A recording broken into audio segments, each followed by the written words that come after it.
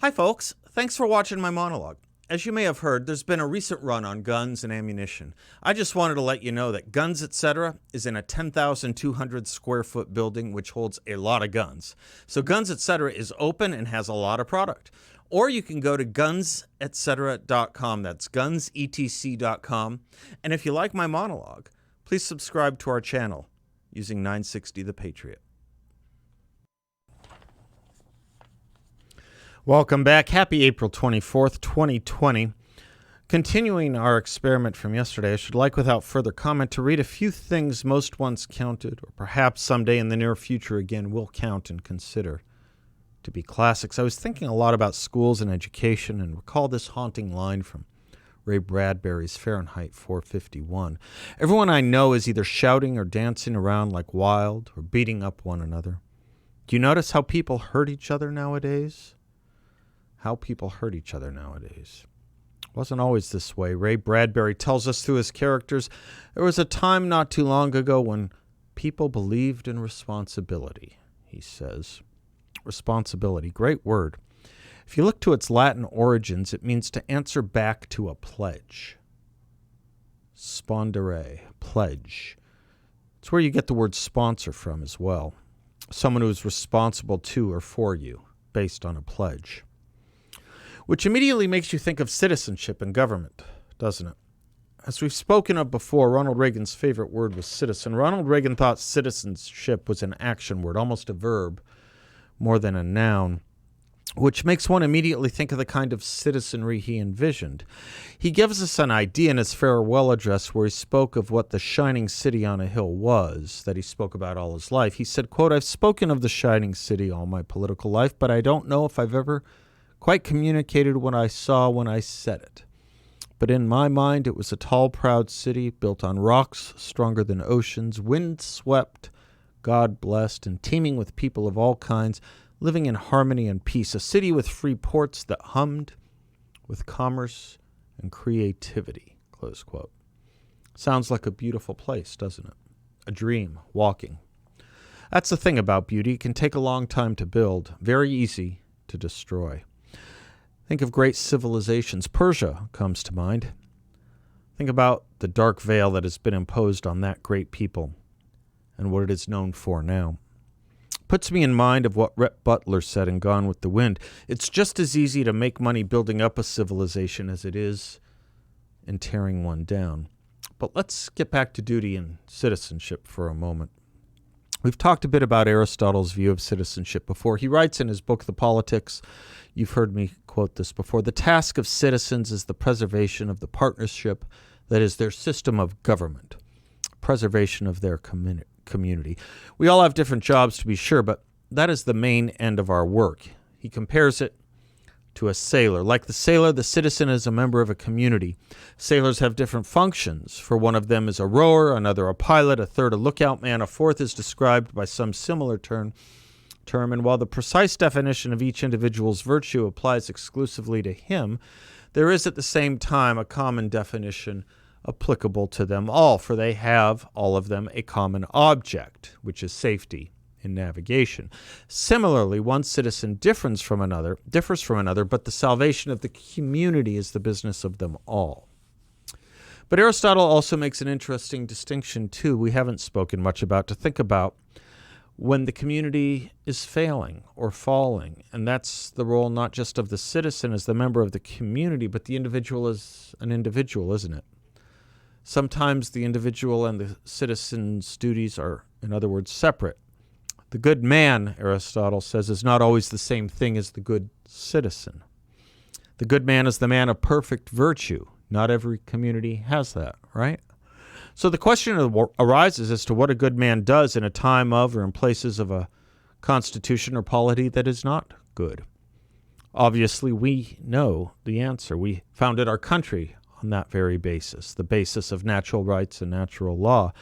Maybe we've forgotten that. Some of us worry about it.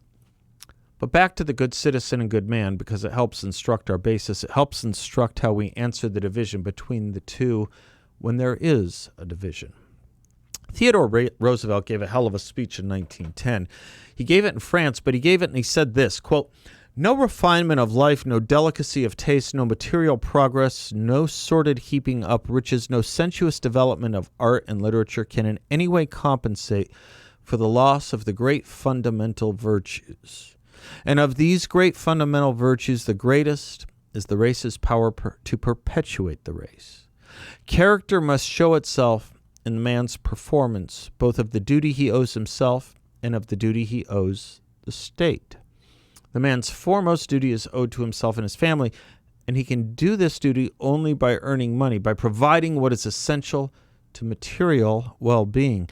It is only after this has been done that he can hope to build a higher superstructure on the solid material foundations. It is only after this has been done that he can help in his movements for the general well-being. He must pull his own weight first, and only after this can his surplus strength be of use to the general public. It is not good to excite the bitter laughter, which expresses contempt, and contempt is what we feel for the being whose enthusiasm to benefit mankind is such that he is a burden to those nearest him, who wishes to do great things for humanity in the abstract, but who cannot keep his wife in comfort or educate his children. How do you perpetuate again? What did Roosevelt say? Duty to family, then country. Duty to family, earning money by providing what is essential to material well-being, he says. Pulling your own weight. Contempt is reserved, he writes, for those who cannot, for those who are a burden, for those who labor in the abstract, but cannot sustain a family, including the education of their children. I think this is especially worth thinking about when the main mechanisms for both these things are where they are. Closed. Business, by which we mean the ability to pull weight and allow others to pull theirs, and schools, by which we mean the main institution established to educate children. Interesting. No? Now we come to that uncomfortable position of having to appreciate what it means to have schools open and closed, because we well know our schools, while crucial, are troubled, like our country, one might say. Nonetheless, the best part of our schools are forces of composition in our society, and surely the social life of children can only thrive in an environment of exposure to quality adults and quality contemporaries and friends. They are what make us better people, in the Aristotelian sense. I like to think of shows like ours as one of those things too. Agree or disagree with what's being said or taught, the intentions are of the highest order to make us all think better in order to act better. That's the purpose of schools as well, which is why, as here as in schools we like so much, the advice Oxford professor John Alexander Smith gave to his students is so appealing. He said, "Gentlemen, you are now about to embark on a course of studies that will form a noble adventure. Let me make this clear to you. Nothing that you will learn in the course of your studies will be of the slightest possible use to you in afterlife, save only this, that if you work hard and diligently, you should be able to detect when a man is talking rot. And that, in my view, is the main, if not the sole purpose of education, to detect when a man is talking rot." The ultimate point I'm trying to get to is the noble truth once uttered by Irving Kristol, that if you want self-government, you have to have selves worthy of governing. That means, too, you have to have governments worthy of yourself, of ourselves, that we must bridge the divide Aristotle lays out as the possible. That being a good man and good citizen can be different things. We should try to make them the same. So let us labor to bridge those divides. And to start that, let us labor. Ronald Reagan liked to quote Thomas Paine as saying, "We who enjoy liberty should understand that, as Thomas Paine wrote, those who expect to reap the blessings of freedom must undergo the fatigue of supporting it. It's our duty to work together for a strong America, morally strong, economically strong, and strong enough militarily that we might preserve this precious heritage." He finished that thought by saying, "Freedom rests and always will on the individual, on individual talent, on individual integrity, and individual effort. We need all that you can give us. If only we believe in ourselves and live up to our individual potential, then together there isn't anything that we can't achieve," he said. We should be allowed to achieve it for ourselves and for our country. I'm Seth Leibson. We'll be right back.